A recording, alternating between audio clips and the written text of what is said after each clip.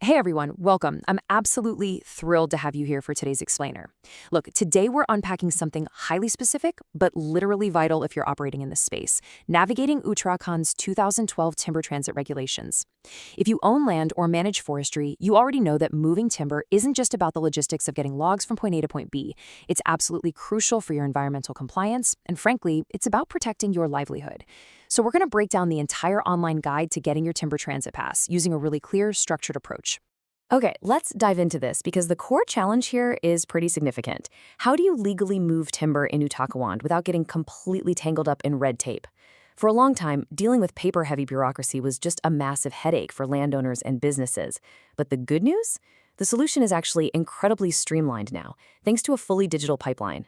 Our goal today is to transform what feels like a dense, bureaucratic maze into a super clear, manageable journey for you. So, here is our quick roadmap for this explainer. We'll start with the 2012 rules, check out the exempted species, go over required documents, walk through the approval process, and finally, look at the actual transit rules. We're taking this complex process and turning it into a simple step-by-step journey. Section 1, the 2012 Transit Rules, and moving timber legally. And this brilliantly illustrates where it all begins. Under the 2012 legal framework, the entire process to legally move felled trees within the state is now completely standardized and digital. Your journey starts right at the state's forest portal with Schedule B, which is the official application form. By filling out those essential details, your name, land records, and the exact number of trees categorized by diameter, you're taking your very first step toward legal compliance. Section 2, exempted tree species. Basically, do you even need a pass in the first place? Well, before you start gathering a mountain of paperwork, you've got to check the exemptions. If you're moving species like eucalyptus, populus, silex, or even pine needles, you can skip the line entirely. You're completely exempt, which is obviously a massive relief for a lot of folks. But here's a really surprising twist. Cordyceps, it's a non-timber fungus, but it strictly requires a transit pass and a fee. It's kind of an unexpected exception, so definitely keep that in mind so you don't get caught off guard. Section 3, required application documents. Time to gather your paperwork. To make sure you don't hit any frustrating delays, here is the exact paperwork you need to gather. Think of it like a checklist to prove your legal right to the timber. You've got to upload your online felling permission, land revenue papers if it's private land, a felling abstract, a statement of your transit purpose authenticated by the owner, a scanned copy of your signed application, and finally, a valid photo ID like an Aadhaar or PAN card.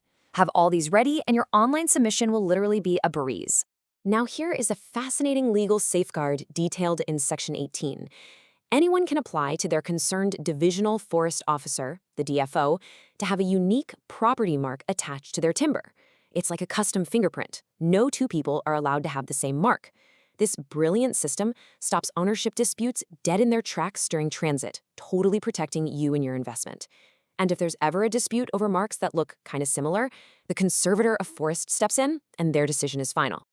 Let's move to and see how this builds.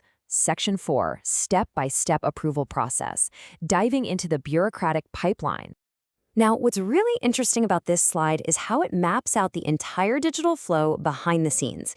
This takes the old black box of government approvals and totally demystifies it. It shows exactly how your data moves straight from your initial submission right up through the ranks of the Forestry Department to the DFO.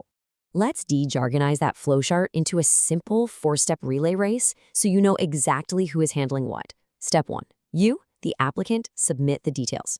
Step 2, the range officer physically inspects the felled trees to verify everything, then uploads their report. Step 3, the subdivisional forest officer reviews that report and adds their recommendation. And finally, step 4, the baton lands on the DFO's dashboard for final approval. Crystal clear, right? Okay, so after the DFO verifies those inspection reports, they're going to prompt you for an online payment, which is mandated under Section 5. Once your fee clears, the system generates this, Schedule C, the official receipt form. This is your concrete proof of payment and essentially the final hurdle before your pass is officially issued. Section 5, Final Transit Pass Rules, actually hitting the road. You've navigated the portal, you've paid the fees. Now you get Schedule A, the counterfoil transit pass. You'll download this document and it lists everything: origin, destination, route, and the specific driver and truck details. This tangible piece of paper makes the whole process real. It is your ultimate shield against any legal headaches while transporting your load. So, the crucial point is understanding the physical limitations of this pass. According to Section 7, no transit pass will ordinarily cover more than one load. It is a super strict 1-to-1 ratio. One pass equals exactly one truckload. The only exception is if the Divisional Forest Officer uses their specific discretion to relax the rule. Otherwise, never try to stretch one pass across multiple vehicles. It just won't work. And remember, as you travel down your approved route, you've got to comply with Rule 15. The timber, along with exactly 2 physical copies of your transit pass, must be handed over for examination at designated check chowkies or depots along the way. These checkpoints are just there to ensure the timber in the back of the truck perfectly matches the digital records, which keeps the whole system honest. Conclusion: the future of forestry compliance. By transforming a historically complex requirement into a clear, trackable digital pipeline, Uttarakhand is creating immense transparency, reducing disputes, and really streamlining operations for landowners. It definitely makes you wonder, how much faster could we grow our green economy if every environmental regulation was exactly this transparent? If you found this update helpful, please hit the like button and share this explainer with fellow members. For more deep dives into the latest environmental regulations and industrial news, subscribe to our channel and turn on notifications.